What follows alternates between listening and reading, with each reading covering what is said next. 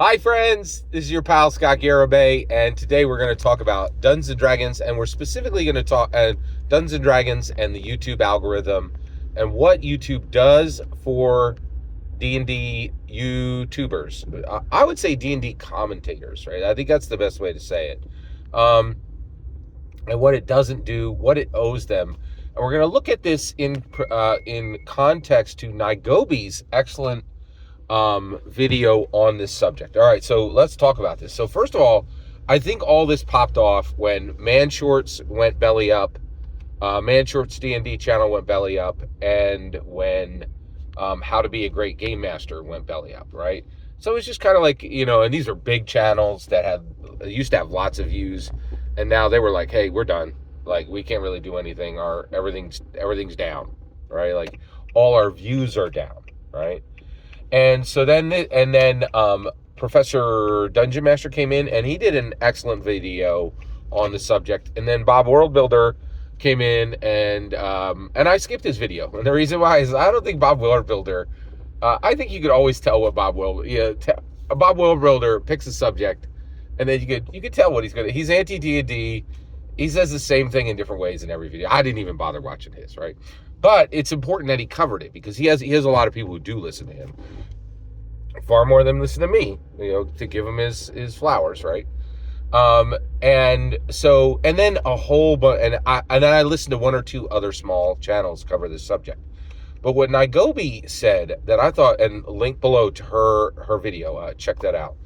A couple things from Knigobi. Here's what we learned from that. I think this is a complicated subject, right? And so we need to cut through the noise. We need to cut through the noise and get to the signal, right?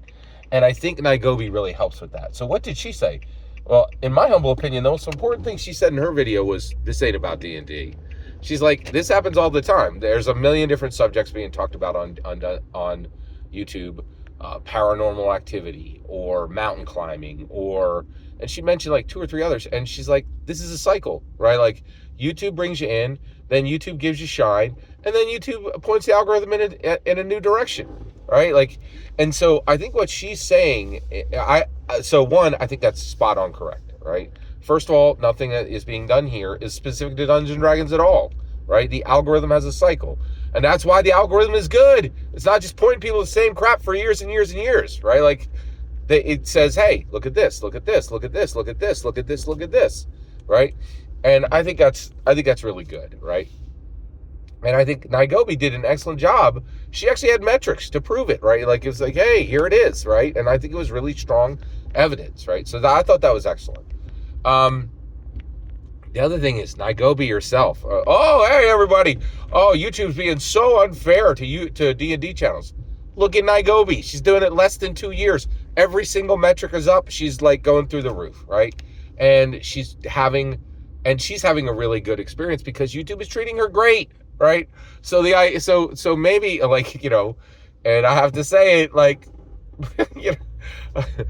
Man Shorts and how to be a great game master, I think they were doing the same junk they were doing for years and years and years, and then just cried when it didn't work anymore, right? And you can't do that. You got to switch it up, right? Like, come on, like, none of this is YouTube's fault, okay?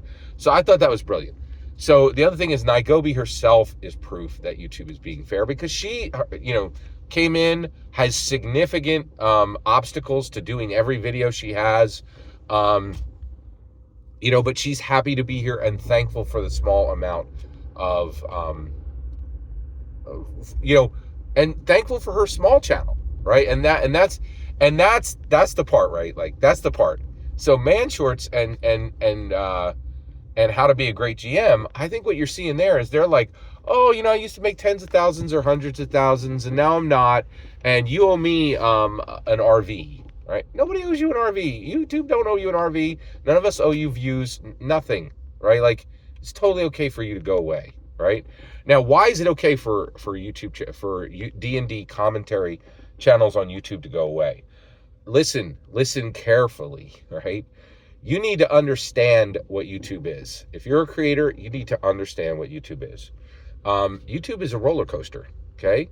You get on, you have a great ride, you go up and down the hills, and it's a lot of fun, and then you get your butt off, and you go get some tacos, and then you come back and you wait in line, right? It's not going to be you on, like, you have to get off the roller coaster and come back on, and the roller coaster goes up and it goes down, right? And if you thought you were going to make your living on YouTube, you're a ridiculous fool. You are a ridiculous fool. Everybody warned you. Your mom and dad said, don't make YouTube your job, right? So this is very important in my take. So Knigobi said hers. I'm going to add mine here at the end, right? Every Dungeons and Dragons commentator, every D&D commentator needs to realize, right, that this is a roller coaster. You get on the roller coaster, it's a fun ride. The ride ends, then you get off. You got to go get your tacos and your Diet Pepsi, then you get back in line, and you're flat, right? And I will tell you right now, I got long videos on here that I worked hard on that have 17 views. Thank you for my 17 views. And thank you for my $0.